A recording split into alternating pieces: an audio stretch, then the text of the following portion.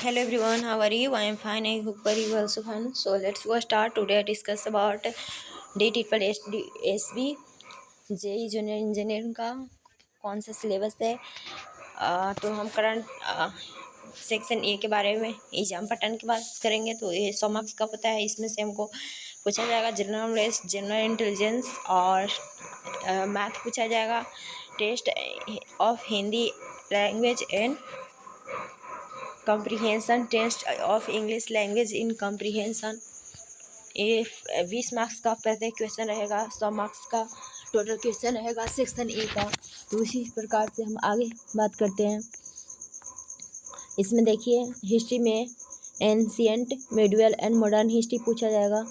History में आप पढ़ लीजिएगा इंडियन फ्रीडम स्ट्रगल 1897 से 1997 का, historical personalities, polity and construction, fundamental rights and duties and preamble importance, constitution amendments and parliament, president and judiciary, state government structure. Economy में पढ़ना पड़ेगा आपको Indian economy, sectors and planning, unit budget,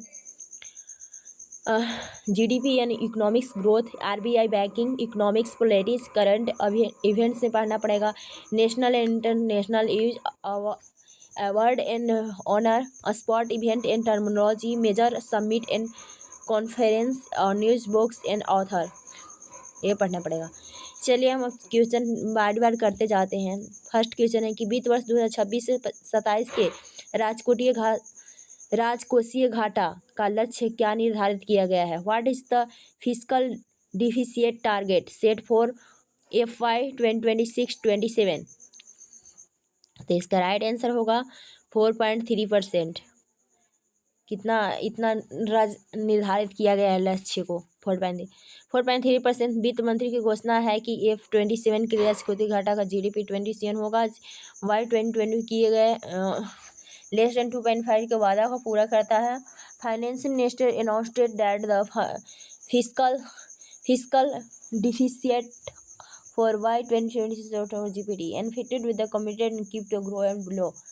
याद करने का memory है कि 7 को 4 और 7 को ऐड कर दीजिए, उसमें 7 हो जाएगा और Y7 का लक्ष्य यही है। बस इतना सा याद करना। फिर बताया वित्त वर्ष 2026, दूसरा क्वेश्चन है कि वित्त वर्ष 2026 के लिए पूंजीगत व्यय यानी कि कैपिटल एक्सपेंडिचर का परिव्यय कितना है। What is the capital expenditure outlay set for the FY 2026। तो 11 lakh first, second is the 10.5 lakh, third is the 12.2 lakh और फोर्थ इज द 15 लाख। तो इसमें से 15 लाख करोड़ कौन होगा। तो इसमें C option is right, 12.2 lakh crore. इसमें याद कर लीजिएगा 1 to 2 लाख करोड़। बुनियादी ढांचा और विकास को बढ़ावा देने के लिए सरकार ने FY 27 के लिए 12.2 लाख का करोड़ का पूंजी व्यय निर्धारित किया है। To boost infrastructure and growth the government was set a capex of the 12.2 lakh crore for FY 27। Smart trick है कि 1 to 2 याद करिए, बस गिनती याद रखो और दो बार जस्ट रिमेम्बर काउंट 1 to 2। उसमें फिर तीसरा क्वेश्चन है कृषि संस्थानों तक पहुंचने के लिए घोषित विस्तार का पूर्ण रूप क्या है, यानी कि what is the meaning full form of the Vistaar announced for the accessing agriculture resources.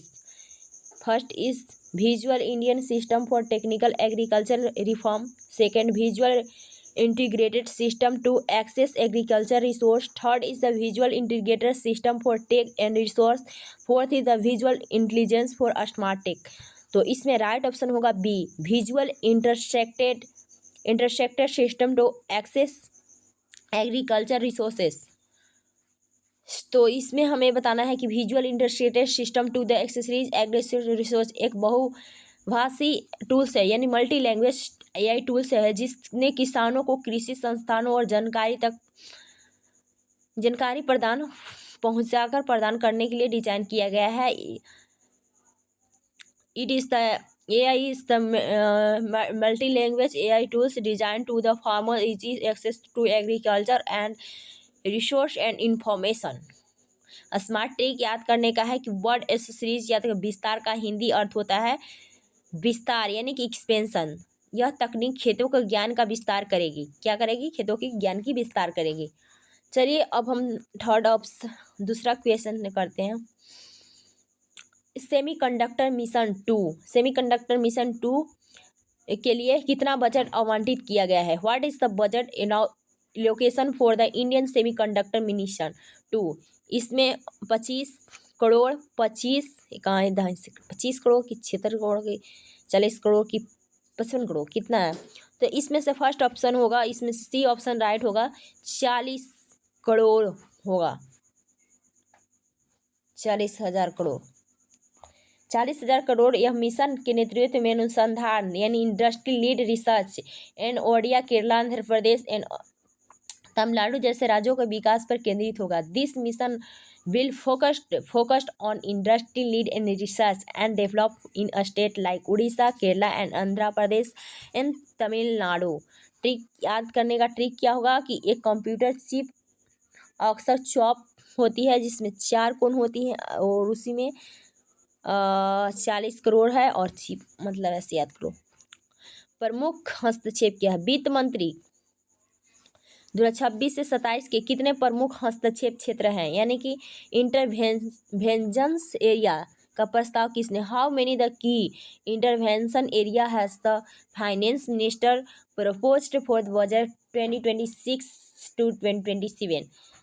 4 pillars, 6 areas, 7 प्रोस्पेरिटीज यानी कि 27 10 पॉइंट्स। तो इसमें राइट ऑप्शन हो जाएगा 20, 6 एरियाज।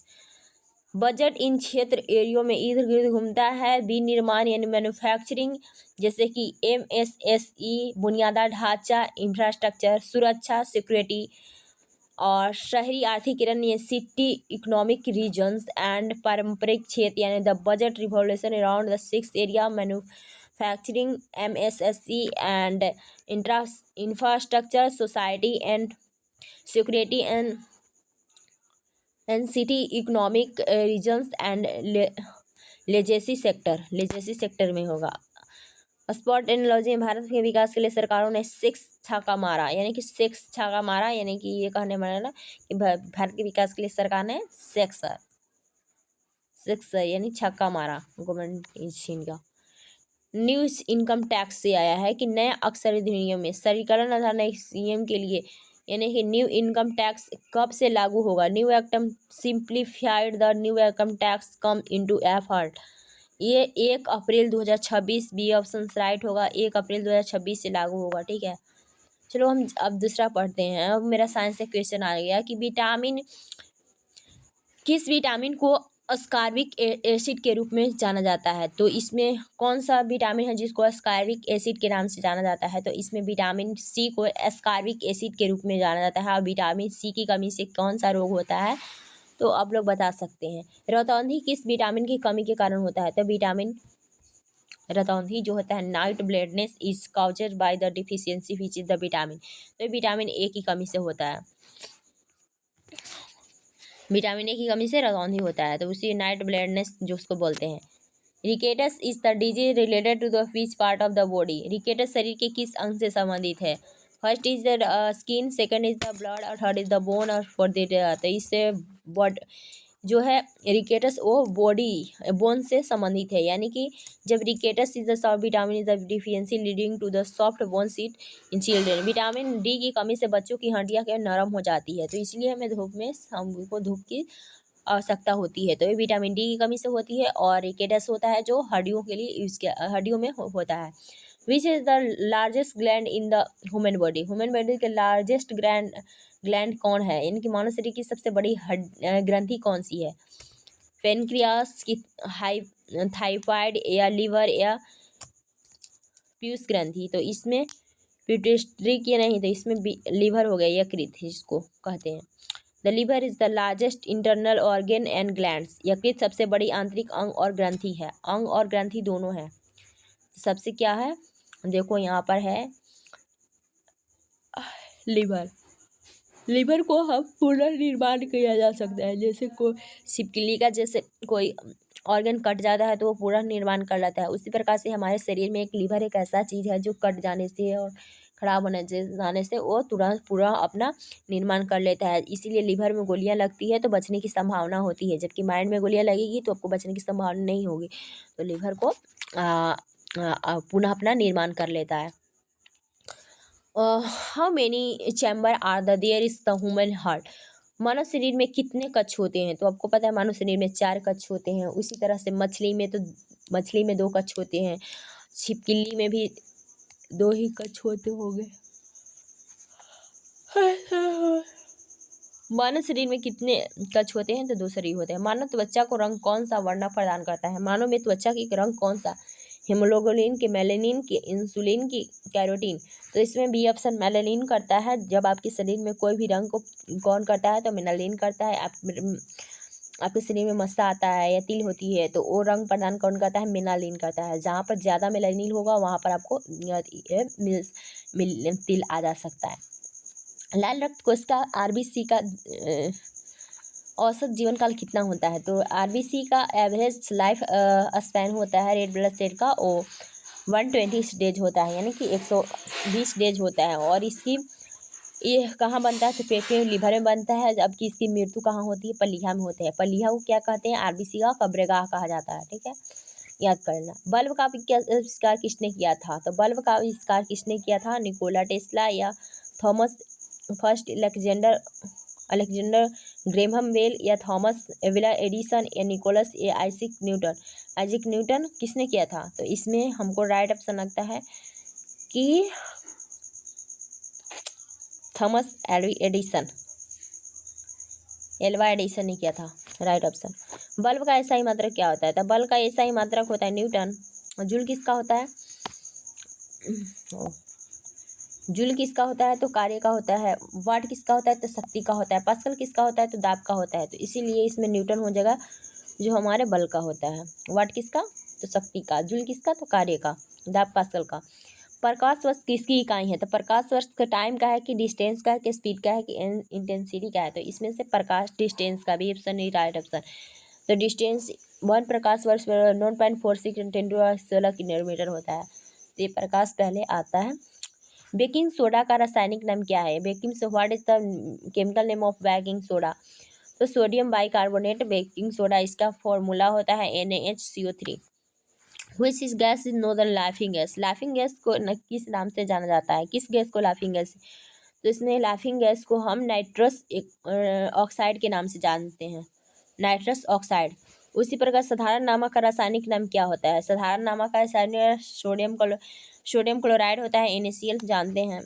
शुष्क वह का विस्तार रूप क्या है? नाइट्रोजन है, ऑक्सीजन है कि नाइट्रोन डाइऑक्साइड है? कार्बन की हाइड्रोजन है। तो इसमें सी ऑप्शन राइट है कि कार्बन डाइऑक्साइड होगा। उसके बाद नींबू को कौन सा अम्ल पाया जाता है? नींबू में एस्टिक की, डाटेनिक की, सिट्रिक एसिड की, ऑक्जेलिक। तो नींबू में सिट्रिक एसिड पाया जाता है। सूक्ष्म वस्तु का विस्तार कैसे है? तो कार्बन डाइऑक्साइड, याद कर लीजिएगा। किस अंगों को कोशिका का पावर हाउस कहा जाता है? इसमें माइटोकॉन्ड्रिया को पावर हाउस कहा जाता है। गोल्जी एपरेटस को ट्रैफिक पुलिस कहा जाता है। जबकि हमको राइबोसोम को क्या प्रोटीन का फैक्ट्री कहा जाता है? लाइसोसोम को सुसाइड बैग्स कहा जाता है, आत्महत्या की थैली। लाइसोसोम को कहा जाता है। किस अंग को कोशिका का पावर हाउस कहा जाता है? तो माइटोकॉन्ड्रिया को। माइटोकॉन्ड्रिया में अपना DNA होता है और अपना ऊर्जा उत्पन्न करता है ATP के रूप में। किस रक्त समूह को सर्वदाता कहा जाता है? यानी कि यूनिवर्सल डोनर किस ब्लड ग्रुप को कहा जाता है? तो इसमें होगा O-। को क्या कहा जाता है? यूनिवर्सल डोनर कहा जाता है, क्योंकि इसके पास A+ नहीं होता है, B नहीं होता है, RH भी नहीं होता है, और ये सभी को अपना डोनर प्रदान कर सकता है। उन्हें सर्वदाता कहा जाता है, सभी को रक्त दे सकता है। A को भी देगा, B को भी देगा और RH को भी देगा। ठीक है, तो इस तरह से होता है। गुरुत्वाकर्षण के सार्वधानिक नियम का प्रतिपादन किया आइजैक न्यूटन ने किया थे, जो बताए थे कि 2 वस्तुएं हैं उनके बीच के लगने वाला दूरी होते हैं वो उनका अनुपात का वर्ग का समानुपाती होता है, यानी कि A = M1 + M2 upon R² होता है। विटामिन D का रासायनिक नाम क्या होता है? तो देखिए नाम पूछा जाएगा कि विटामिन डी का रासायनिक नाम क्या है, तो इसमें होता है कैल्सीफेरॉल विटामिन बी। हाइड्रोफोबिया यानी कि पानी का डर किस बीमारी में होता है, तो हाइड्रोफोबिया जो होती है वो कौन सा सिम्टम्स है, डिजीज है, सिम्टम हुई डिजीज, तो रैबिस किस वजह से होता है, तो हाइड्रोफोबिया नामक एक बीमारी है जो रेबीज के कारण होता है। और रेबीज जो होता है हमारे कुत्तों को काटने से होता है, कुत्ता में पाया जाता है। और ये कुत्ता जब हमारे शरीर में काटता है तो इस पर WBC जो है ये नष्ट नहीं कर पाता है, ये सीधे दिमाग में जाकर रेबीज दिमाग में रिप्रोडक्शन करने लगता है और उससे हमारे माइंड डिस्टर्ब हो जाता है और कुत्तों की तरह बिहेव करने लगते हैं और पानी से डरने लगते हैं। तो इस तरह से रेबीज के कारण होता है। रेबीज एक वायरस है, ठीक है। मानव शरीर की सबसे छोटी हड्डी कौन है, first femur, second tibia, steps और फोर्थ हंटर्स।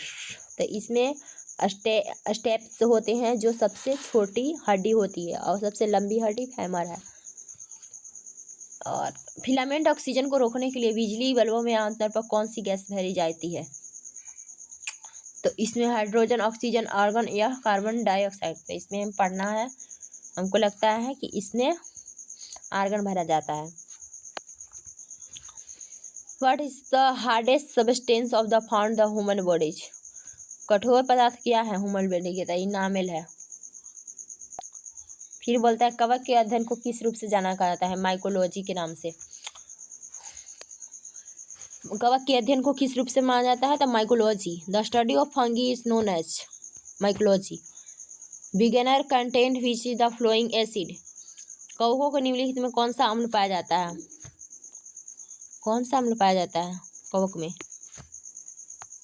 एनीमिया किसकी कमी के कारण होता है, तो आपको पता है आयरन की कमी से एनीमिया रोग होता है, आयरन की कमी से, हीमोग्लोबिन की कमी से आयरन रोग होता है। मानव शरीर का सबसे बड़ा अंग क्या है, तो स्किन है। अगर मानव शरीर का सबसे बड़ा अंग बाहरी है तो स्किन है, ठीक है। अगर वही आपको सेल में पूछा जाए तो सबसे बड़ा महिलाओं में ओवम होता है और सभी बड़ा पुरुष में तो नर्व्स होता है। और सेल जो होती है सबसे छोटी कहा जाए तो सबसे छोटी जो होती है पुरुष के लिए स्पर्म होता है। और हमारे शरीर का सबसे बड़ा अंग क्या होता है बाहरी, तो स्किन होता है, ठीक है। अगर हम पूछा जाए कि LPG का मुख्य घटक क्या होता है, कंपोनेंट ऑफ LPG, तो ब्यूटेन, आपको पता होगा LPG का ब्यूटेन होता है। उसके बाद होता है लाल चींटी के डंक में कौन सा अम्ल पाया जाता है, तो ये फॉर्मिक अम्ल पाया जाता है, फॉर्मिक एसिड पाया जाता है। डेसीबल्ब का इकाई है जिसका उपयोग मापने के लिए किया जाता है, speed of light, intensity of light की रेडिएशन की हर्ट। तो डेसीबल यूनिट्स का यूज किसके लिए किया जाता है, इंटेंसिटी नहीं पता है, भूल गए हम। देखो इंटेंसिटी ऑफ साउंड के लिए, डेसीबल्ब का यूज इंटेंसिटी ऑफ बल्ब के लिए किया। रेडियो का आविष्कार किसने किया था, तो रेडियो का आविष्कार किसने किया था, रेडियो का आविष्कार किसने किया था, माइकोनी ने, जुगलेनियम माइक्रोनिक ने, जुगलेम्बियो माइकोनिक ने। रक्तचाप मापने के लिए किस यंत्र का उपयोग किया जाता है, तो रक्तचाप मापने के लिए हमको सिग्नोमोमेटिक्स को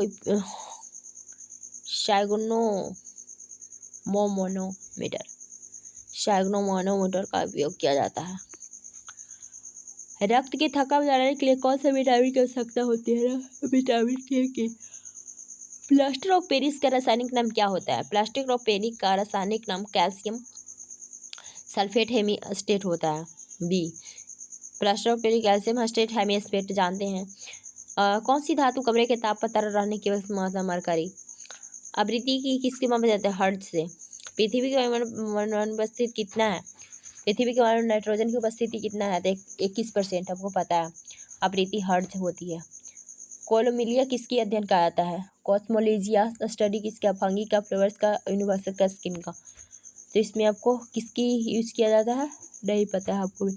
self as the first discovered by Herbert hook.